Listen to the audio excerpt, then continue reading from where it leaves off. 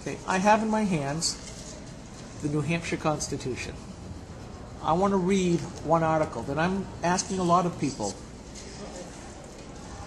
It is Article 2A. The state shall not mandate or assign any new, expanded, or modified programs or responsibilities to any political subdivision in such a way as to necessitate additional local expenditures by the political subdivision, unless such programs or responsibilities are fully funded by the state, or unless such programs or responsibilities are approved for funding by a vote of the local legislative body of the political subdivision. In other words, the state can't tell the counties and can't tell the towns and cities, you need to be doing such and such, and oh, by the way, you're going to have to fund it yourselves. Too often we see the state doing that here in New Hampshire. Too often we see the state legislator, both House and Senate, allowing the federal government to do such here in the state. I see this article as being both a buffer from the federal government, somewhat akin to the 10th Amendment, as well as a restraint upon the legislature to be able to further push financing concerns down to the local citizenry. Do you agree with that article? And if so, what would you be doing to help support that article? And if you think that that article is outdated, why? We would support that. We both, I think what separates people like us from the people in leadership in Concord today is we understand what the Constitution is and embrace it. They casually look over their shoulder at it to see how far they've come.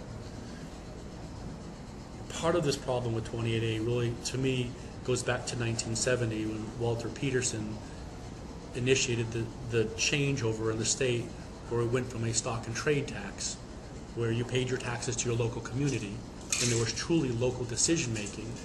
And once the state took control of the money, it was this slow march to the challenges we're having today.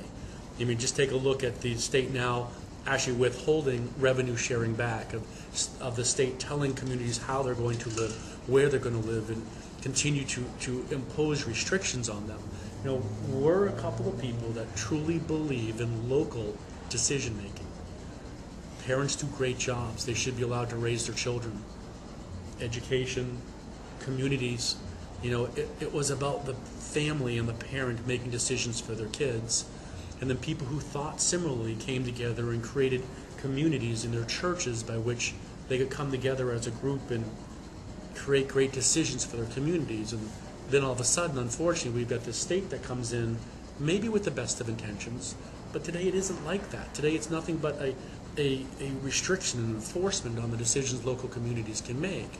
And then, of course, the federal government's essentially doing the same thing.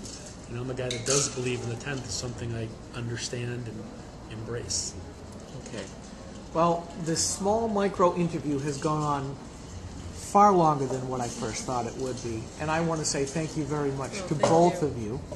And I'm quite sure that we, along the way, will meet up once again, as Andy, you and I have several times in the past. You always have a ready smile and an answer for me. I do appreciate that. Laurie, we haven't had the chance to talk to you very often.